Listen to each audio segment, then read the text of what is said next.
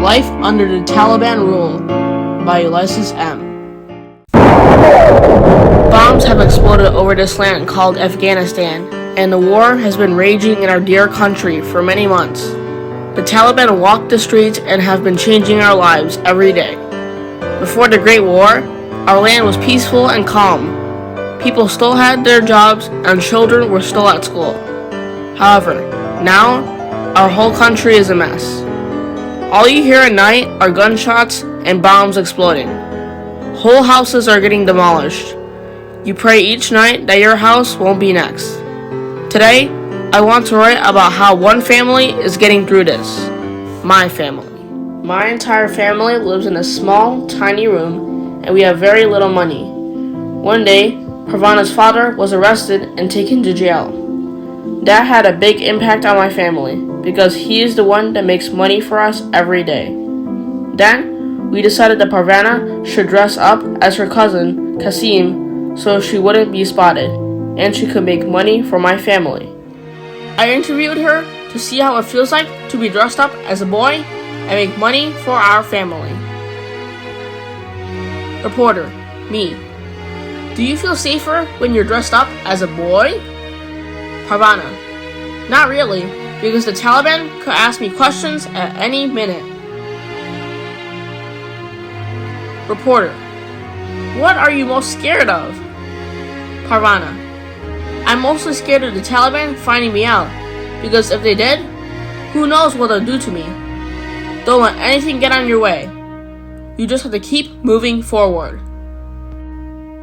Reporter, what jobs do you have to do in order to gain money?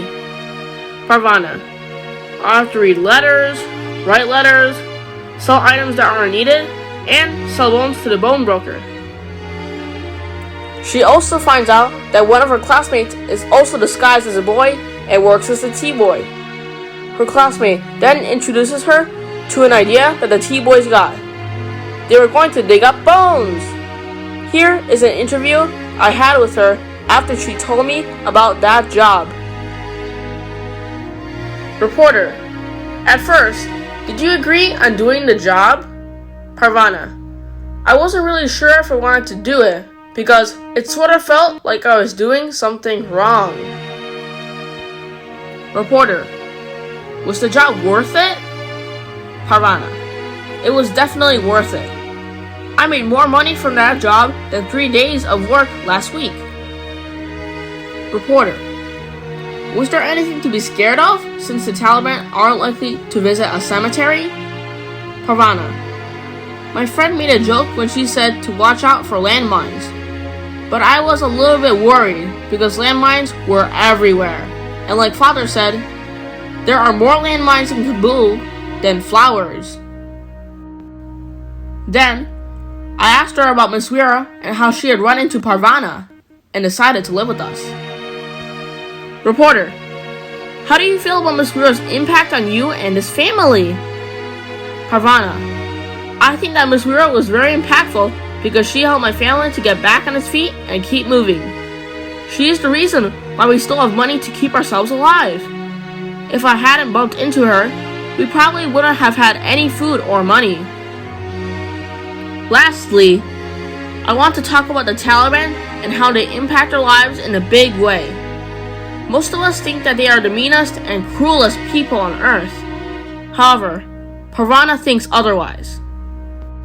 Reporter, do you consider the Taliban to be horrible people? Parvana, yes and no. Reporter, what do you mean by that? Parvana, I believe that all the Taliban members have some kindness in their hearts. None of them are completely cold-hearted. I once met a Taliban that asked me to read him a letter.